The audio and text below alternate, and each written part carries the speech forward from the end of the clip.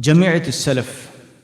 جمعية السلف هي جمعية خيرية تربوية دعوية واجتماعية تنتسب نسبتها إلى الاقتداء بالسلف الصالح في الاتباع، وهم الصحابة وجيلهم الذين تأسوا برسول هذه الأمة عليه الصلاة والسلام، وحملوا رسالته وبلغوها كما أعينوها رضوان الله عليهم أجمعين.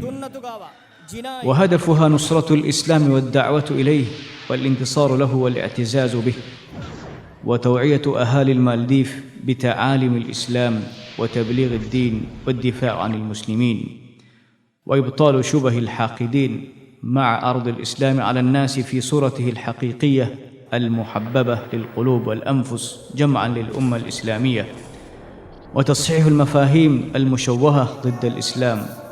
وتشارك الجمعية في جميع نواحي الاجتماعية عن طريق مكارم الأخلاق، متعاونة مترابطة مع الناس.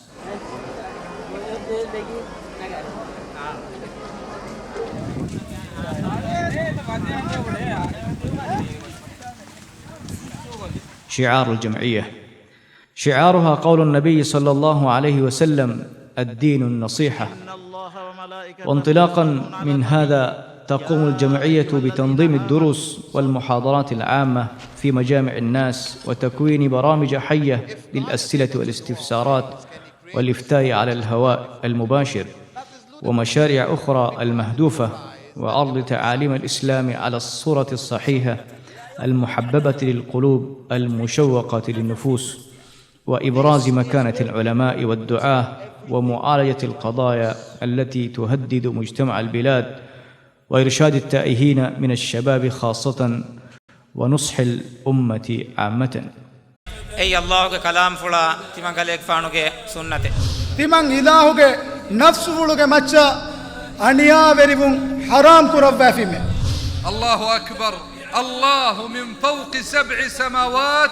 وتهتم الجمعية بتعميم نفعها في البلاد في أوسع نطاق، حيث تبث الدروس عن طريق الإذاعات وقنوات التلفاز وعلى مواقع الشبكة العنكبوتية، إما على الهواء مباشرة حيا أو حسب ما يتيسر لها من الفرص، كما أنها تنتج هذه الدروس في الصبغة المناسبة لمستوى الجميع على شكل اسطوانات مميزة متناولة الأيدي لطالبيها وبثمن معقول، ولله الحمد والمنة. اللهم أعز الإسلام والمسلمين وأذل الشرك والمشركين ودمر أعداءك أعداء الدين.